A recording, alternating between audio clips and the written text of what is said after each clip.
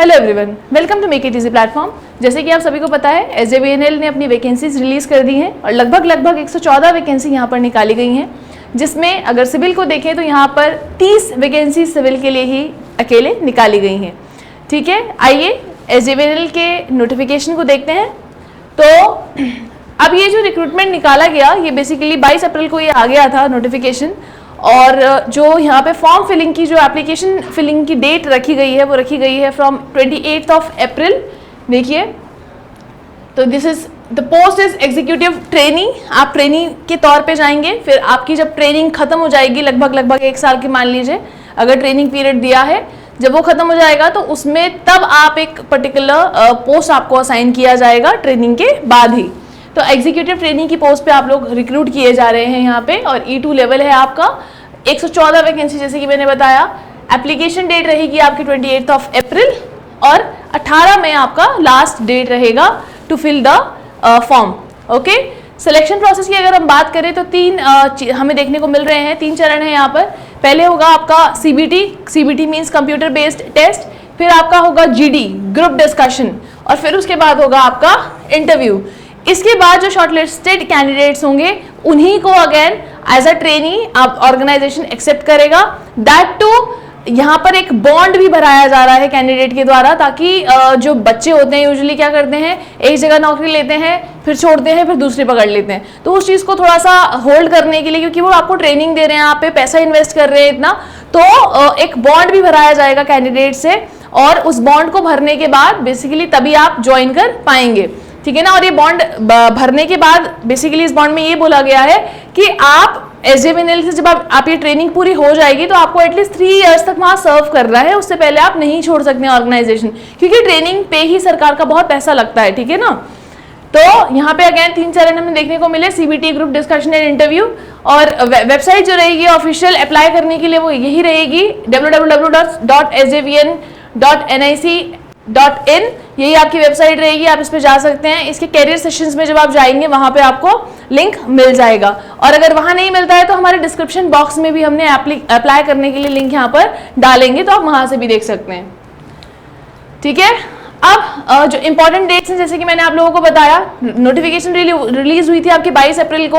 28 अप्रैल को application process आपका start होगा और 18 मई को एंड हो जाएगा। तो 18 मई को मार्क कर लीजिए, it is the last day to apply this particular form. अब वैकेंसीज की अगर हम बात करें, ये आपके जो एरियाज हैं, सिविल में ही देखिए अकेली 30 वैकेंसीज आ रखी हैं, जो कि पूरे में सबसे मैक्सिमम है। तो मैक्सिमम एडवांटेज मिल रहा है या सिविल को, तो कि वैकेंसीज ज़्यादा हैं, तो अगेन सिलेक्शन के चांसेस भी कंपेरेटिवली ज़्यादा हो जाते हैं।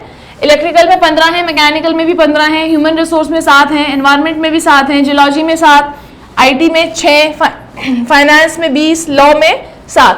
तो इसमें अगेन जो भी लोग अगर फॉर्म भरने जा रहे हैं, तो मैं उनको एक और चीज़ बता दूं, यहाँ पे एज लिमिट भी रखी गई है। अगर आप एज लिमिट की बात करेंगे तो अपर एज लिमिट 30 ईयर्स है।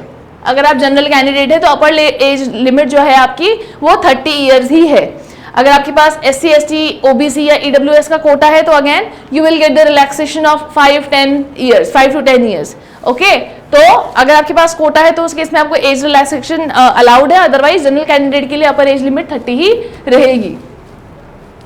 नेक्स्ट इज अगेन जो आपकी एलिजिबिलिटी है, एलिजिबिलिटी अगेन बीटेक चाहिए इन लोगों को, तो आपके पास बैचलर डिग्री होनी चाहिए सिविल इंजीनियरिंग में, अगर आप सिविल इंजीनियरिंग की बात कर रहे हैं। अगर मैकेनिकल में तो मैकेनिकल इंजीनियरिंग, इलेक्ट्रिकल है या तो इलेक्ट्रिकल में चाहिए या फिर इलेक्ट्रिकल एंड इलेक्ट्रॉनिक्स में चाहिए। ठीक है ना। तो यहाँ पर आपके पास चॉइस है, आप इलेक्ट्रिकल वाले भी भर सकते हैं और EE वाले भी भर सकते हैं, इलेक्ट्रिकल एंड इलेक्ट्रॉनिक्स वाले भी भर सकते हैं।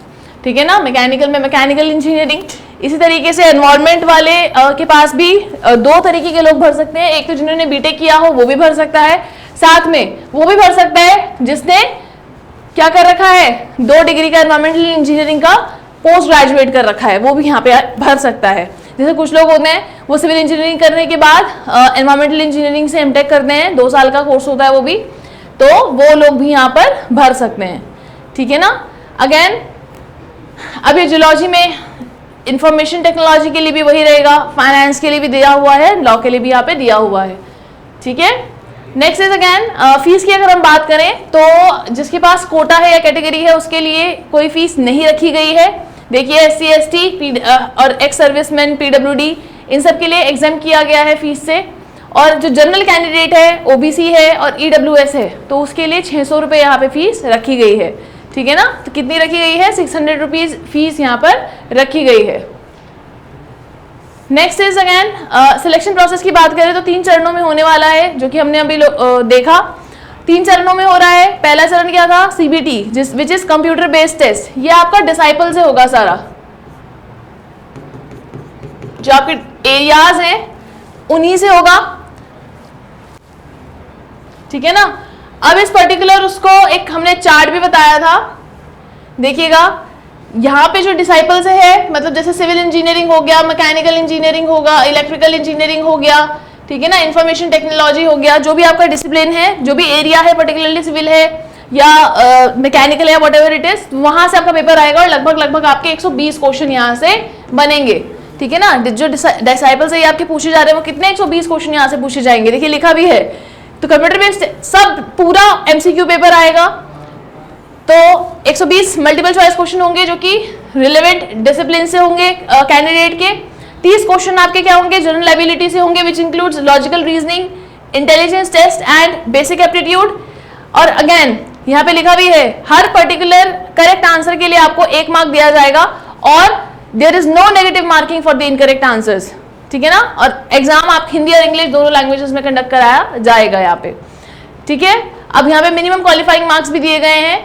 Candidate must score at least 50%, 75 out of 150, मतलब जो टोटल मार्क्स हैं यहाँ पर वो है आपके 150 मार्क्स का पेपर है, 150 मार्क्स का पेपर है आपके पास, जिसमें से आपको मिनिमम यहाँ पे जिसे कहते हैं अनरिजर्व्ड EWS कैंडिडेट्स को 50% तो एटलीस्ट लेकर आने ही हैं। ठीक है ना, that means 75 marks out of 150 should be there. और जो SC ST हैं उनको मिनिमम 40 चाहिए, that means 60% of the 150 marks. तो SC ST को 60 मार्क्स चाहिए मिनिमम, और जो अनरिजर्व्ड कैटेगरी है EWS वाली है तो उनको क्या चाहिए, उनको चाहिए आपकी 50% चाहिए। अब जब ग्रुप डिस्कशन की अगर हम लोग बात करते हैं तो यहाँ पे अगेन जो कैंडिडेट शॉर्टलिस्ट हो जाएंगे CBT से उनको ही GD के लिए इन्वाइट किया जाएगा, ये तो हम सबको पता ही रहता है। ठीक है ना, यहाँ पे जो चेक होगा वो क्या होगा, कम्युनिकेशन स्किल्स चेक की जाएंगी कैंडिडेट की, लीडरशिप क्वालिटीज हैं कि नहीं है, टीम में काम कर सकता है कि नहीं कर सकता, प्रॉब्लम सॉल्व करने में विश्वास रखता है कि बढ़ाने में विश्वास रखता है। कुछ लोग होते हैं ना अपनी प्रॉब्लम खुद ही बढ़ाते हैं और उसका सॉल्यूशन दूसरों से पूछ रहे होते हैं, तो बेसिकली वही चेक करेंगे वो आपका। ठीक है ना, और जो ओवरऑल वेटेज होगा वो सिर्फ 10% होगा इस GD का। पर्सनल इंटरव्यू की बात करें तो अगेन अब आप ये फाइनल स्टेज है, तो यहाँ पर बेसिकली आपकी सब्जेक्ट नॉलेज टेस्ट होगी, पर्सनैलिटी टेस्ट होगी, क्लैरिटी है थॉट्स में कि नहीं है, ये सब चीजें आपकी चेक होंगी यहाँ पे। और इसका जो ओवरऑल वेटेज होगा वो होगा 15% इस एग्जामिनेशन के लिए। ठीक है ना, तो इंटरव्यू का वेटेज कितना है 15, GD का कितना है 10। ठीक है, तो ये मैंने अभी आपको पीछे भी बताया, वहां लिखा हुआ भी था, जो आपके रिलेवेंट डिसिप्लिन है उससे 120 क्वेश्चन, एग्जीक्यूटिव जो एप्टीट्यूड देखा जा रहा है जिसमें आपने जनरल इंटेलिजेंस वगैरह भी देखा था, उसके 3 क्वेश्चन यहाँ से आपको पूछे जा रहे हैं। तो ओवरऑल 150 क्वेश्चंस का पेपर है, दैट मीन्स 150 मार्क्स का, हर प्रत्येक क्वेश्चन 1 मार्क का आएगा। और डिसिप्लिन से आपके 120 क्वेश्चन है यहाँ पर। जो अनरिजर्व कैटेगरी को चाहिए वो मिनिमम 50% चाहिए, दैट मीन्स 75% तो क्वालिफाई करने के लिए चाहिए ही चाहिए। और रिजर्व कैटेगरी को मिनिमम 60%, मतलब 60 मार्क्स मिनिमम चाहिए ही चाहिए क्वालिफाई करने के लिए। ठीक है ना, जो अनरिजर्व है उनको 50% मिनिमम और रिजर्व को 40% मिनिमम, दैट मीन्स 75 मार्क्स और 60 मार्क्स चाहिए ही चाहिए आपको क्वालिफाई करने के लिए। ठीक है ना, अगर हम स्पेसिफिकली, क्योंकि हम जो ये सेशन लेकर आते हैं सिविल इंजीनियरिंग के स्टूडेंट्स के लिए स्पेसिफिकली लेके आते हैं, तो अगर हम उसके सिलेबस की डिस्कशन करें तो रेगुलर सब्जेक्ट जो आप पढ़ते हो उसके अलावा आपको ब्रिज इंजीनियरिंग सिलेबस में दिखेगा पढ़ने के लिए, क्योंकि ब्रिज इंजीनियरिंग इन्होंने सिलेबस में रखा हुआ है। एक तो रखा है ब्रिज इंजीनियरिंग जो कि आपको एडिशनल पढ़ना पड़ेगा, क्योंकि रेगुलर एग्जाम में ये पर्टिकुलर टॉपिक्स नहीं इंक्लूड किए जाते, बहुत सारे रेगुलर स्टेट एग्जाम्स में नहीं इंक्लूड किए जाते। तो अभी आपने RRB JEE भी बहुत बच्चों ने दिया होगा, तो उन्होंने उस टाइम पे भी रिवाइज किया ही होगा। तो ब्रिज इंजीनियरिंग भी आपको यहाँ पर पढ़ना है। ठीक है ना, डिजाइनिंग भी है, वो भी आपको देखनी है, तो वो भी इसमें इंक्लूड किया गया है।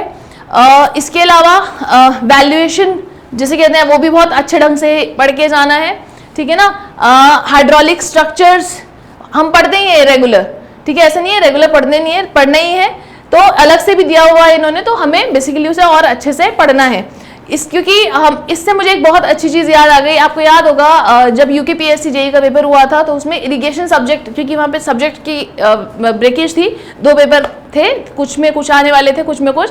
जब दूसरा पेपर में या पहले पेपर में जो जिसमें भी इरिगेशन था, तो इरिगेशन के ऐसे क्वेश्चन भी पूछे गए जो कि बिल्कुल बच्चा एक्सपेक्ट ही नहीं करके गया था कि यहाँ से आ जाएगा, है ना।